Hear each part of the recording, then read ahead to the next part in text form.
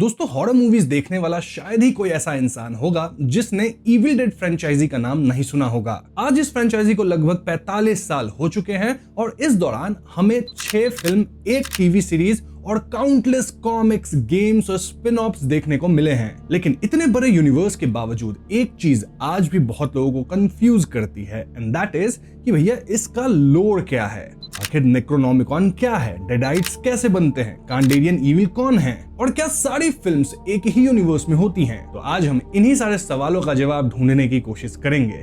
हाँ, वीडियो काफी इंटरेस्टिंग होने वाली है, इसे एंड तक जरूर देखिएगा। So now with that said, let's roll the intro. Estrata, Montes, Earwoods, Gat, Nosferatus.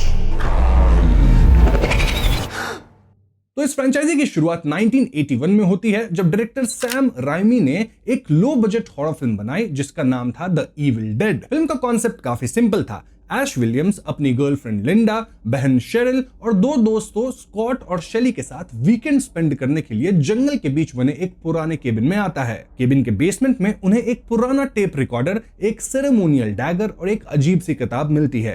Tape recorder professor Raymond नोबी का होता है जो एक आर्कियोलॉजिस्ट थे। उन्होंने अपने रिसर्च के दौरान इस किताब को ढूंढा था और उसके अंदर लिखे कुछ प्राचीन मंत्रों का ट्रांसलेशन रिकॉर्ड किया था। लेकिन जैसे ही ऐश और उसके दोस्त वो रिकॉर्डिंग्स प्ले करते हैं तो वो जो चैंटिंग्स है ना, वो दोबारा बोल दी जाती है और एक एंशिएंट इविल फोर्स आजाद हो जाती है। इसके बाद ऐश के दोस्त एक एक करके पजेस होने लगते हैं और मूवी के एंड तक सिर्फ ऐश ही जिंदा बच पाता है। अब अगर आप सिर्फ इस पॉइंट तक देखें तो ये एक टिपिकल केबिन हॉरर फिल्म लग सकती है, लेकिन असल में यहीं से इविल डेड की माइथोलॉजी शुरू होती है, क्योंकि इस फ्रेंचाइज का असली सेंटर ऐश नहीं बल्कि नेक्रोनॉमिकॉन एक्स मोर्टिस है। जी हाँ, ये वही किताब है जो लगभग हर इविल डेड स्टोरी को एक दूसरे से कनेक्ट करती है।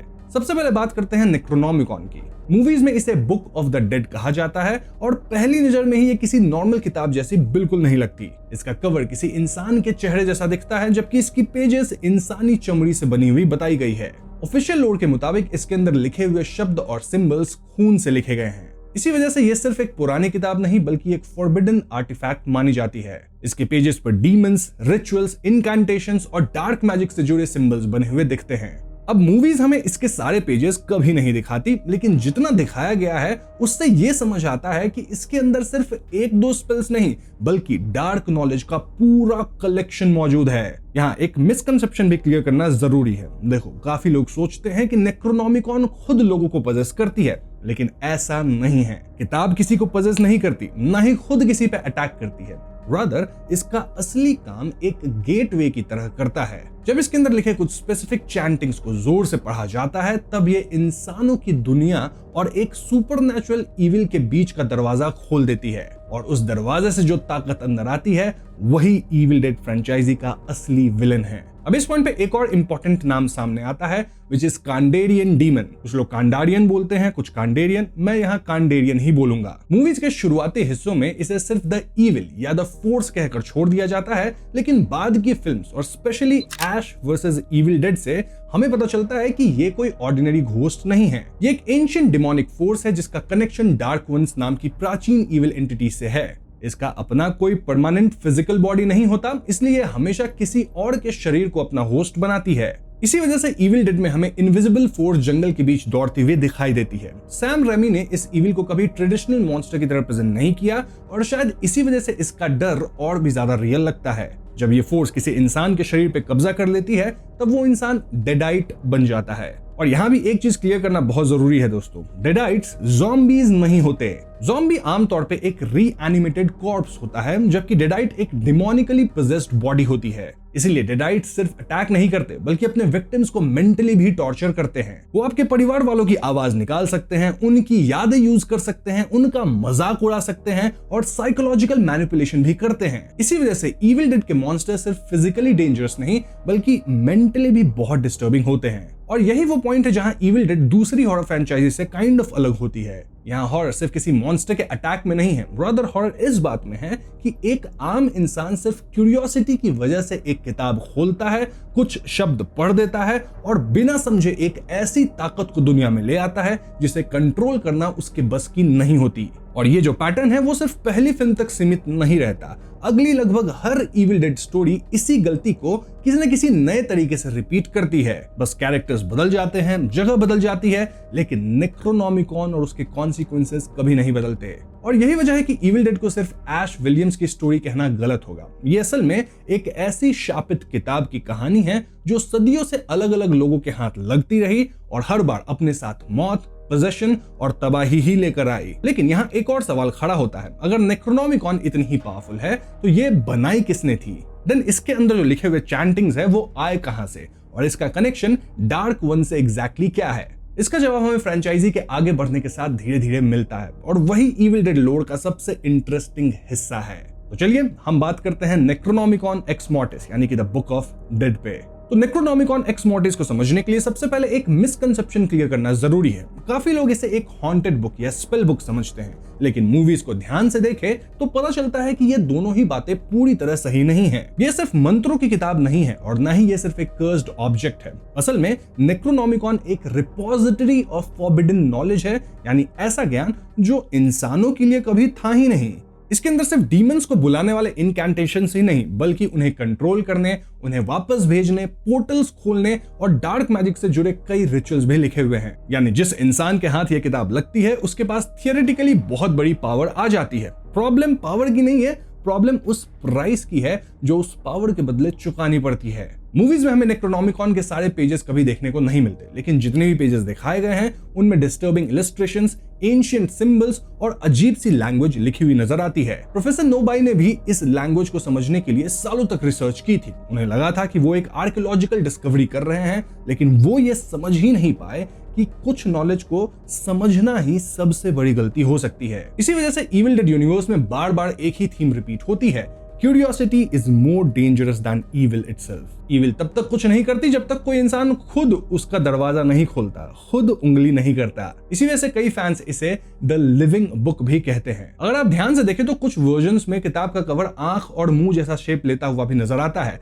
जैसे वो खुद एक जिंदा चीज हो। सैम रेमी ने कभी डायरेक्टली नहीं कहा कि किताब कॉन्शियस है, लेकिन जिस तरह मूवीज उसे प्रेजेंट करती है उससे हमेशा ये एक फीलिंग आती है कि नेक्रोनोमिकॉन सिर्फ एक ऑब्जेक्ट नहीं है, वो मानो अपने अगले रीडर का इंतजार करती रहती है। अब एक और इंटरेस्टिंग बात, बहुत लोग नेक्रोनोमिकॉन का नाम सुनते ही एचपी लवक्राफ्ट को याद करते हैं, और ये कोइंसिडेंस नहीं है। लवक्राफ्ट की स्टोरीज में भी नेक्रोनोमिकॉन नाम की एक फॉरबिडन किताब का जिक्र मिलता है। सैम रेमी ने इसी आइडिया से इंस्पिरेशन ली थी, लेकिन इविल डेड वाली नेक्रोनोमिकॉन और लवक्राफ्ट की जो नेक्रोनोमिकॉन है वो एक ही किताब नहीं है, बस इंस्पिरेशन कह सकते हो। क्योंकि लवक्राफ्ट के यूनिवर्स में ये एक फिक्शनल ग्रिमोर थी जो cosmic entities of forbidden knowledge से जुड़ी हुई थी, जबकि इविल डेड ने उस कॉन्सेप्ट को लेकर अपनी अलग माइथोलॉजी क्रिएट की। यहाँ नेक्रोनोमिकॉन डायरेक्टली डिमोनिक एंटिटीज, पोजेशन और डार्क वन से जुड़ी हुई है। इसलिए दोनों का नाम सेम जरूर है, लेकिन लोर बिल्कुल अलग है। अब सवाल ये उठता है कि ये किताब आई कहां से। देखो, फ्रेंचाइजी की शुरुआती फिल्म इस बारे में ज्यादा कुछ नहीं बताती, सिर्फ इतना पता चलता है कि प्रोफेसर नोबाई इसे किसी एक्सकैवेशन के दौरान ढूंढ कर लाए थे। लेकिन Ash versus Evil Dead TV series और बाकी की लोर हमें बताती है कि इसका कनेक्शन डार्क वन से है। ये प्राचीन और बहुत पावरफुल इविल बीइंग्स थे जिन्होंने dark magic of forbidden knowledge को इसी किताब में बांध दिया था। इसका मतलब नेक्रोनोमिकॉन सिर्फ एक किताब नहीं बल्कि उनकी लेगेसी है, और शायद इसी वजह से इसे पूरी तरह डिस्ट्रॉय करना भी लगभग नामुमकिन दिखाया गया है। हर बार जब लगता है कि बुक ऑफ डेड हमेशा के लिए खत्म हो गया, किसी न किसी फॉर्म में वो दोबारा सामने आ ही जाता है। लेकिन दोस्तों, नेक्रोनोमिकॉन का सबसे डेंजरस एस्पेक्ट इसका अपीयरेंस और इसके पेजेस नहीं है। सबसे डेंजरस चीज है इसकी आवाज। जब भी इसके अंदर लिखे हुए इनकैंटेशंस जोर जोर से पढ़े जाते हैं, चाहे किसी इंसान के द्वारा या फिर किसी पुरानी टेप रिकॉर्डिंग्स के थ्रू, तो उसके बाद एक सुपरनैचुरल फोर्स को हमारी दुनिया में आने का रास्ता मिल जाता है। और इसी वजह से इविल डेड की लगभग हर ट्रेजेडी एक ही जगह से शुरू होती है। किसी ने क्यूरियोसिटी में किताब खोली, किसी ने बिना समझे कुछ शब्द पढ़ दिए, और उसके बाद जो हुआ उस पर किसी का कंट्रोल नहीं रहा। इसीलिए अगर पूरी फ्रेंचाइजी को सिर्फ एक सेंटेंस में समराइज करना हो तो शायद वो कुछ ऐसा होगा: इविल डेड की कहानी इविल के आने की नहीं, बल्कि इंसानों के बार बार वही गलती दोहराने की कहानी है। हर जनरेशन सोचती है कि वो इस किताब को समझ लेगी, लेकिन हर जनरेशन उसी किताब का अगला शिकार बन जाती है, और इस किताब की वजह से जन्म लेते हैं इविल डेड यूनिवर्स का सबसे खौफनाक क्रीचर्स, जिसे हम कहते हैं डेडाइट्स। अब तक हम समझ चुके हैं कि नेक्रोनोमिकॉन खुद किसी को पजेस नहीं करती, वो सिर्फ एक दरवाजा खोलती है, राइट? लेकिन उस दरवाजे के खुलने के बाद जो होता है वही इविल डेड फ्रेंचाइज का सबसे डेंजरस और डिस्टर्बिंग हिस्सा है। जब भी कांडेरियन इविल या उससे जुड़ी कोई डिमोनिक फोर्स किसी इंसान के शरीर पे कब्जा कर लेती है तो वो इंसान डेडाइट बन जाता है। और यहीं पे इविल डेड दूसरी हॉरर फ्रेंचाइज से बिल्कुल अलग हो जाती है, क्योंकि डेडाइट्स ना तो घोस्ट्स हैं ना ही ज़ॉम्बीज। क्योंकि डेडाइट्स के केस में बॉडी के अंदर एक डिमोनिक एंटिटी आ चुकी होती है, इसलिए डेडाइट सिर्फ इंसान को मारता नहीं बल्कि उसके इमोशंस, उसकी मेमोरीज और उसके रिलेशनशिप्स को भी वेपन बना लेता है। इसलिए अगर आप पहली फिल्म को ध्यान से देखें तो शेरिल या लिंडा पजेस होने के बाद सीधा अटैक नहीं करती, वो पहले ऐश और बाकी लोगों से बात करती है, उन्हें कंफ्यूज करती है, कभी हंसाती है, कभी उनका मजाक उड़ाती है और कभी इमोशनल मैनिपुलेशन करती है। ये बिहेवियर बाद की हर फिल्म में रिपीट भी होता है, चाहे एली हो, हेनरिएटा हो या फिर 2013 फिल्म के डेडाइट्स, सबका एक ही पैटर्न है। अब ऐसा नहीं है वो फिजिकली अटैक नहीं करते हैं बहुत ही ब्रूटली, लेकिन पैटर्न सिमिलर है। यहाँ एक और इंटरेस्टिंग सवाल आता है, क्या डेडाइट बनने के बाद इंसान की सोल खत्म हो जाती है? मूवीज इसका सीधा जवाब कभी नहीं देती, लेकिन जो क्लूज हमें मिलते हैं उससे लगता है कि असली इंसान पूरी तरह गायब नहीं होता। कई बार डेडाइट्स अपने विक्टिम की मेमोरीज और पर्सनल इंफॉर्मेशन यूज करते हैं। वो फैमिली मेंबर्स को उनके नाम से बुलाते हैं, उनकी पुरानी बातें याद दिलाते हैं और बिल्कुल वही चीजें बोलते हैं जो सामने वालों को सबसे ज्यादा हर्ट करे। इस वजह से कुछ फैंस का मानना है कि असली इंसान कहीं ना कहीं अंदर मौजूद होता है, लेकिन उसका शरीर और आवाज पूरी तरह डीमन के कंट्रोल में होती है। इसका एग्जाम्पल हमने लेटेस्ट मूवी में भी देखा कि जब हमारी जो प्रोटैगनिस्ट थी वो डैगर का इस्तेमाल करती है तो सामने जो एक डेडाइट था वो कहीं ना कहीं अपने नॉर्मल ह्यूमन फॉर्म में आया था। तो हाँ, जो ये फैन थियरी है जो कि आज तक अभी ऑफिशियली नहीं बोली गई, उसको हम ऑफिशियल अब मान सकते हैं इस नई इविल डेड बर्न मूवी के बाद। एक और मिसकंसेप्शन ये है कि डेडाइट्स को सिर्फ मार देना ही सॉल्यूशन है। असल में मूवीज दिखाती है कि ये क्रीचर्स बहुत ज्यादा रेजिलिएंट होते हैं, मतलब गोली लग गई, हड्डियां टूट गई, कुछ भी हो जाए, मतलब ये लोग रुकते नहीं हैं। इसलिए ऐश को सिर्फ उन्हें रोकना ही नहीं पड़ता बल्कि उनके शरीर को पूरी तरह खत्म करना पड़ता है। चेनसॉ इविल डेड की पहचान जरूर बन गया, लेकिन उसके पीछे रीजन भी यही था। नॉर्मल वेपन्स अक्सर डेडाइट्स के सामने काफी नहीं पड़ते। Recent evil Dead burn movie के अंदर भी एडगर काइंड ऑफ बहुत बार ढाए समझ रहे हो क्या किया था, बट स्टिल वो जिंदा था। बट यहाँ जो एक डैगर हमें इंट्रोड्यूस किया गया है, वेल उससे कहीं ना कहीं इन डेडाइट्स को बहुत ही इजीली खत्म किया जा सकता है। तो ये जो लेटेस्ट मूवी थी इसमें यही एक लोड को कहीं ना कहीं एक्सपैंड किया गया। अब एक और चीज नोटिस करने लायक है, हर डेडाइट एक जैसा नहीं होता। कुछ सिर्फ पजेस्ड ह्यूमन होते हैं, जबकि कुछ वक्त के साथ और भी ज्यादा पावरफुल फॉर्म्स में बदल जाते हैं। जैसे हेनरिएटा जो बेसमेंट में सालों तक बंद रहने के बाद एक इविल मॉन्स्टर ही बन गई थी। इविल डेड 2013 में हमें द एबॉमिनेशन देखने को मिलता है, जो टेकर ऑफ सोल्स के प्रोफेसी से जुड़ा हुआ एक फाइनल फॉर्म है। और इविल डेड राइज में एली और उसके बाद मोरॉडर नाम का क्रीचर दिखाया गया है, जहां कई पजेस्ड बॉडीज मिलकर एक ही हॉरिफाइंग एंटिटी बना देती है। इससे यह भी समझ आता है कि कांडेरियन इविल हर सिचुएशन में एक ही तरीका यूज नहीं करती, अपने होस्ट और सर्कमस्टेंसेस के हिसाब से अलग अलग फॉर्म्स ले सकती है। और दोस्तों, एक चीज जो मुझे इविल डेड फ्रेंचाइज में सबसे ज्यादा इंटरेस्टिंग लगती है वो ये कि यहाँ मॉन्स्टर्स का ऑब्जेक्टिव सिर्फ लोगों को मारना नहीं होता। अगर सिर्फ खत्म ही करना होता तो पहली अपॉर्चुनिटी मिलते ही सबको खत्म कर दिया जाता, राइट? लेकिन डेडाइट्स अक्सर अपने विक्टिम्स के साथ खेलते हैं। वो उन्हें डराते हैं, उन्हें गिल्ट फील करवाते हैं, उनके सामने उनके लव्ड वंस का चेहरा यूज करते हैं और कभी कभी तो गाने गाते हुए या हंसते हुए भी अटैक करते हैं। इसी वजह से इविल डेड का हॉरर सिर्फ गोर से नहीं बल्कि साइकोलॉजिकल क्रुएल्टी से भी आता है। और इसी पॉइंट पे एक और बड़ा सवाल खड़ा होता है, और वो ये कि अगर नेक्रोनोमिकॉन सिर्फ दरवाजा खोलती है और डेडाइट्स सिर्फ पजेस्ड बॉडीज हैं, तो फिर असल विलन कौन है? वो इनविजिबल फोर्स जो जंगल के बीच दौड़ती हुई दिखाई जाती है, जो हर बार किसी नए होस्ट की तलाश में रहती है और जिसका नाम मूवीज ने बहुत देर बाद रिवील किया। क्या नाम रिवील हुआ? कांडेरियन डीमन।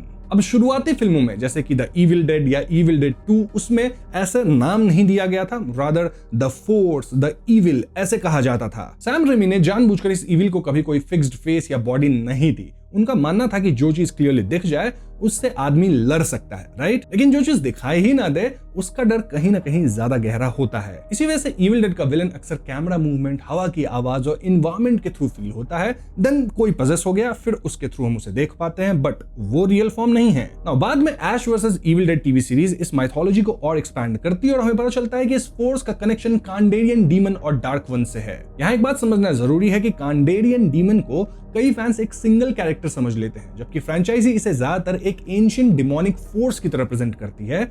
मतलब ये किसी के शरीर में परमानेंटली नहीं रहती, इसे होस्ट चाहिए होता है, इसलिए हर फिल्म में इसका पहला टारगेट इंसान होते हैं। जिस मोमेंट इसे कोई दूसरा सूटेबल होस्ट मिल जाता है वो उसके शरीर पे कब्जा कर लेती है और फिर वही इंसान डेडाइट बन जाता है। अब यहाँ एक इंटरेस्टिंग ऑब्जर्वेशन भी है। अगर आप सारी फिल्मों को ध्यान से देखें तो कांडेरियन ईविल कभी भी बिना वजह अटैक नहीं करती। लगभग हर बार उसके दुनिया में आने की शुरुआत किसी इंसान की क्यूरियोसिटी से ही होती है। जैसे इविल डेड बर्न के अंदर भी अपने दादाजी का रिसर्च खोज रहा था वो बंदा, ठीक है, तो वहां से पानी के अंदर फिर 2 फिशरमैन को वो मारती है एंड देन आगे क्या हुआ वो तो आप मेरी एक्सप्लेनेशन में देख सकते हैं जो कि हॉन्टिंग ट्यूब चैनल पे है। पॉइंट इस कि लोग तभी आते हैं जब या तो कोई नेक्रोनॉमिकॉन खोल देता है या फिर वो चैंटिंग पढ़ देता है या कभी कोई पुरानी रिकॉर्डिंग चला देता है। इन शॉर्ट इंसान की जो डिसीजंस है ना वो गलत होती है, जिसके कारण ये ईविल हमारी दुनिया में आती है। अब इससे आप ये मत समझ लेना कि कांडेरियन ईविल हर बार एक ही तरीके से काम करती है, उसी तरीके से आती है, उसी तरह से अपने शिकार को पकड़ती है। नहीं, पहली फिल्म में वो एक एक करके लोगों को पोजेस करती है। इविल डेड 2 में उसकी पावर्स और भी अग्रेसिव लगती है। ऐश वर्सेस इविल डेड में हमें पता चलता है कि ये फोर्स सिर्फ रैंडम अटैक्स नहीं करती बल्कि इसका एक बड़ा ऑब्जेक्टिव है।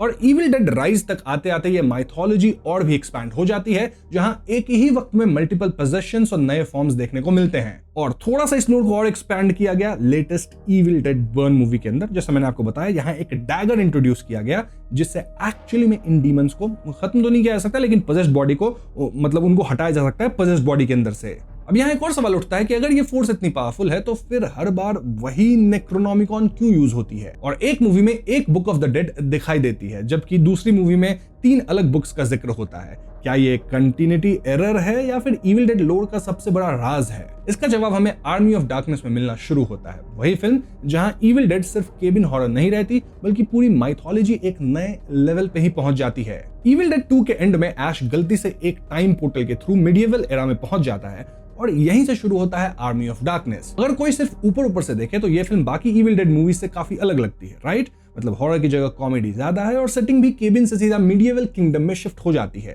इसी वजह से काफी लोग इस फिल्म को फ्रेंचाइजी की ऑड एंट्री मानते हैं, लेकिन लोर के पर्सपेक्टिव से देखा जाए तो शायद ये पूरी सीरीज की सबसे इंपॉर्टेंट फिल्म्स में से एक है। यही पहली बार हमें पता चलता है कि नेक्रोनॉमिकॉन की कहानी सिर्फ प्रोफेसर नोबाई या टेनेसी के केबिन से शुरू नहीं हुई थी। इस किताब का इतिहास उससे कहीं ज्यादा पुराना है। मिडिएवल पीरियड के लोग पहले से ही इसके बारे में जानते थे। उनके लिए ये कोई आर्कियोलॉजिकल डिस्कवरी नहीं थी बल्कि एक ऐसी शापित किताब थी जिसे हर हाल में गलत हाथों से बचाकर रखना था। इसका मतलब साफ है कि नेक्रोनॉमिकॉन सदियों से इंसानों के बीच मौजूद थी और हर जनरेशन ने किसी न किसी तरीके से इससे डील करने की कोशिश की। इस फिल्म में हमें एक और बहुत इंटरेस्टिंग चीज देखने को मिलती है, मतलब एक नहीं बल्कि 3 नेक्रोनॉमिकॉन देखने को मिलती है। तो 3 इंटरेस्टिंग चीज बोलो या एक ही इंटरेस्टिंग चीज, 3 पार्ट्स? देखो, जब ऐश किताब लाने के लिए जाता है तो उसके सामने 3 बिल्कुल एक जैसे बुक्स ऑफ द डेड आ जाती हैं। पहली बार देखने पे ये सीन सिर्फ कॉमेडी लगता है क्योंकि ऐश गलत किताब उठाता है, एक किताब उसे काट लेती है, दूसरी अजीब रिएक्शन देती है और आखिर में वो असली किताब लेकर भागता है। लेकिन बाद में फैंस के बीच ये सीन काफी डिस्कस हुआ। क्या सच में 3 असली नेक्रोनॉमिकॉन थी या 2 सिर्फ मैजिकल ट्रैप्स थे जो असली किताब को प्रोटेक्ट करने के लिए बनाए गए थे? मूवीज इसका डायरेक्ट आंसर कभी नहीं देती, लेकिन फ्रेंचाइजी के बाद के मटेरियल और स्पेशली इविल डेड राइज के बाद एक पॉपुलर इंटरप्रिटेशन ये बनी कि बुक ऑफ द डेड सिर्फ एक ही नहीं थी। अलग अलग वक्त पर अलग अलग कॉपीज या अलग अलग वॉल्यूम्स एग्जिस्ट करती थी। राइज में भी हमें रिकॉर्ड के थ्रू पता चलता है कि 1923 में एक बैंक वॉल्ट से जो किताब मिली थी वो 3 अलग नेक्रोनॉमिकॉन्स में से एक थी। इससे आर्मी ऑफ डार्कनेस का वो सीन अचानक सिर्फ कॉमेडी नहीं रहता बल्कि पूरी माइथोलॉजी का एक इंपॉर्टेंट क्लू बन जाता है। अब इस फिल्म में एक और चीज होती है जो ऐश के कैरेक्टर को परमानेंटली चेंज कर देती है। मिडिएवल लोग उसे सिर्फ एक आम आदमी की तरह नहीं देखते। उनके हिसाब से ऐश वही चोजन वन है जिसका जिक्र उनकी प्रोफेसी में किया गया था। एक ऐसा इंसान जो फ्यूचर से आएगा और बुक ऑफ द डेड की वजह से पैदा हुई ईविल के खिलाफ लड़ेगा। पहली 2 फिल्म्स तक ऐश सिर्फ सर्वाइव करने की कोशिश कर रहा था, लेकिन आर्मी ऑफ डार्कनेस के बाद वो ऑफिशियली इस माइथोलॉजी का सेंट्रल हीरो बन जाता है। लेकिन प्रोफेसी वाला कॉन्सेप्ट भी उतना सिंपल नहीं था जितना पहली नजर में लगता है। क्या ऐश सच में डेस्टिनी का चोजन हीरो था या फिर ये सिर्फ एक कोइंसिडेंस था जिसे मिडिएवल लोगों ने प्रोफेसी मान लिया? फ्रेंचाइजी इस सवाल का भी सीधा जवाब नहीं देती। ऐश खुद भी कभी अपने आप को कोई महान हीरो नहीं मानता। वो हर बार बस सिचुएशन में फंस जाता है और मजबूरी में लड़ता है। शायद इसी वजह से उसका कैरेक्टर इतना रिलेटेबल लगता है। वो सुपरमैन या कोई मिथिकल वॉरियर नहीं है, रादर वो एक नॉर्मल आदमी है जो बार बार इम्पॉसिबल सिचुएशंस में धकेल दिया जाता है। और शायद फिल्म का सबसे बड़ा कंट्रीब्यूशन भी यही है। इसने इविल डेड को सिर्फ केबिन हॉरर फ्रेंचाइजी से उठाकर एक एंशिएंट माइथोलॉजी में बदल दिया। अब ये सिर्फ एक हॉन्टेड बुक की कहानी नहीं रही, अब इसमें प्रोफेसीज थी, मिडिएवल हिस्ट्री है, लॉस्ट सिविलाइजेशंस का हिंट था और ये आइडिया भी कि नेक्रोनॉमिकॉन का असर सिर्फ प्रेजेंट में नहीं बल्कि पूरी ह्यूमन हिस्ट्री पर रहा है। बट द क्वेश्चन इज कि ये डार्क वंस आखिर थे कौन? ये सवाल मूवीज बहुत हद तक छुपा कर ही रखती है और इसका सबसे डिटेल जवाब हमें लगभग 25 साल बाद Ash versus Evil Dead TV series में ही मिलता है। ये सीरीज सिर्फ ऐश की कहानी को कंटिन्यू नहीं करती बल्कि पूरी इविल डेड माइथोलॉजी को उस लेवल तक एक्सपैंड करती है जहां फाइनली हमें समझ आता है कि इस यूनिवर्स की असली हायरार्की क्या है। आई मीन रूबी कौन है और डार्क वंस का नेक्रोनॉमिकॉन के साथ असल कनेक्शन क्या था। ऐश वर्सेस इविल डेड को कई लोग सिर्फ ओरिजिनल ट्रायलॉजी का सीक्वल समझते थे, लेकिन लोर के पर्सपेक्टिव से देखा जाए तो ये फ्रेंचाइजी का सबसे इंपॉर्टेंट एक्सपेंशन है। इसी सीरीज में पहली बार हमें इविल डेड यूनिवर्स की माइथोलॉजी और क्लियरली मतलब समझ आती है। हमें रूबी और डार्क वंस जैसे नए कैरेक्टर्स मिलते हैं जिनसे नेक्रोनॉमिकॉन का ओरिजिन और उसका असली पर्पस और ज्यादा क्लियर होता है। साथ ही ऐश वर्सेस इविल डेड जो सीरीज है वो ऐश के कैरेक्टर को भी कंप्लीट करती है। और जब फैंस को लगने लगा कि इविल डेड की कहानी सिर्फ ऐश विलियम्स के साथ ही खत्म होगी, तब फ्रेंचाइजी ने एक और सरप्राइजिंग टर्न लिया। 2013 में रिलीज हुई इविल डेड को शुरू में काफी लोग रीमेक या रीबूट समझ बैठे थे और ऑनेस्टली उस वक्त ऐसा सोचना गलत भी नहीं था। ऐश की जगह हमें मिया और उसके दोस्त दिखाई देते हैं, लोकेशन फिर से एक केबिन होती है और एक बार फिर कहानी की शुरुआत नेक्रोनॉमिकॉन से ही होती है। लेकिन जैसे जैसे फ्रेंचाइजी आगे बढ़ी, ये क्लियर हो गया कि ये फिल्म ओरिजिनल ट्रायलॉजी की माइथोलॉजी को इग्नोर नहीं करती बल्कि उसी यूनिवर्स को एक नए पर्सपेक्टिव से एक्सप्लोर करती है। इस फिल्म का सबसे बड़ा कंट्रीब्यूशन है नाटुरोम डिमोंटो। अगर आपने ध्यान दिया हो तो 1981 वाली नेक्रोनॉमिकॉन और 2013 वाली किताब बिल्कुल एक जैसी नहीं दिखती। इस वर्जन का कवर, इलस्ट्रेशन और स्ट्रक्चर काफी अलग है। इसी वजह से फैंस के बीच सालों तक डिबेट चली कि क्या ये वही बुक ऑफ द डेड है या कोई दूसरी किताब। इसका जवाब हमें बाद में इविल डेड राइज से मिलता है, लेकिन फिलहाल इतना समझ लीजिए कि 2013 की फिल्म पहली बार हमें ये हिंट देती है कि नेक्रोनॉमिकॉन के एक से ज्यादा वर्जन्स एग्जिस्ट कर सकते हैं। इस फिल्म में हमें एक और नया कॉन्सेप्ट देखने को मिलता है एंड दैट इज द एबॉमिनेशन और टेकर ऑफ सोल्स की प्रोफेसी। किताब के अंदर लिखा होता है कि अगर पोजेशन का पूरा रिचुअल कंप्लीट हो जाए तो आखिर में एक फाइनल डिमोनिक एंटिटी जन्म लेगी जिसे टेकर ऑफ सोल्स कहा गया है। फिल्म के क्लाइमैक्स में जब खून की बारिश शुरू होती है वो सिर्फ विजुअल इफेक्ट नहीं था, वो इस प्रोफेसी का फाइनल स्टेज था जहां इविल अपनी सबसे पावरफुल फॉर्म में दुनिया में आने की कोशिश कर रही थी। और हाँ, ब्लड रेन यानी खून की बारिश इविल डेड लॉर्ड का भी एक इंपॉर्टेंट सिंबल है। इसे एपोकलिप्स, रिचुअल के कंप्लीट होने और इविल के पूरी तरह मैनिफेस्ट होने का साइन माना जाता है। इसलिए 2013 की एंडिंग फ्रेंचाइजी की सबसे डिस्टर्बिंग एंडिंग्स में से एक मानी जाती है। लेकिन 2013 की फिल्म सिर्फ एक पोजेशन स्टोरी नहीं थी, इसने एक बहुत बड़ा सवाल खड़ा कर दिया एंड दैट इज कि अगर अलग नेक्रोनॉमिकॉन एग्जिस्ट करती है तो आखिर टोटल कितनी बुक्स ऑफ द डेड हैं? और इस सवाल का जवाब हमें मिलता है इविल डेड राइज फिल्म में, जो कि इविल डेड बर्न से पहले लेटेस्ट फिल्म थी। इविल डेड राइज की सबसे बड़ी अचीवमेंट यह है कि इसने फाइनली मल्टीपल नेक्रोनॉमिकॉन्स वाले कॉन्सेप्ट को कैनन बना दिया। फिल्म की शुरुआत में डैनी को एक पुराने बैंक वॉल्ट के अंदर से एक अजीब सी किताब और कुछ विनिल रिकॉर्ड्स मिलते हैं। इन रिकॉर्डिंग्स में एक प्रीस्ट बताता है कि उन्हें एक्सकैवेशन के दौरान